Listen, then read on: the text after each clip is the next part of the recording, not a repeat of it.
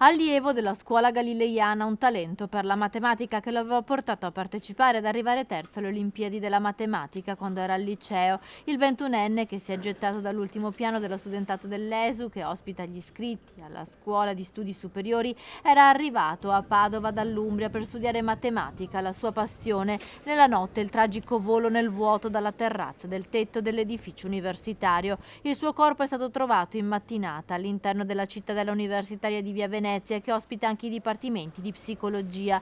Sarebbe stato un gesto volontario, la polizia e il medico legale intervenuti sul posto per i rilievi non avrebbero dubbi. Il giovane però non ha lasciato biglietti per spiegare il suo gesto. La notizia della morte di uno studente della scuola galileiana ha lasciato in tutte e tutti noi un profondissimo sgomento per l'intera comunità che forma la scuola, e oggi quindi è un giorno di immenso dolore e silenzio, ha affermato in una nota Gian Guido Dall'Agata, direttore della scuola galileiana di studi superiori dell'Università di Padova.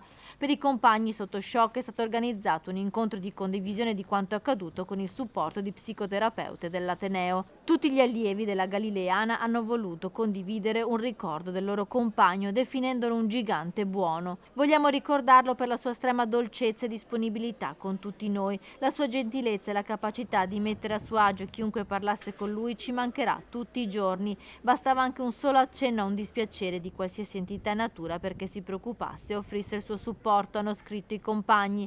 La salma è già stata messa a disposizione dei familiari. Purtroppo nell'ultimo periodo è il secondo studente dell'Università di Padova che si suicida gettandosi nel vuoto.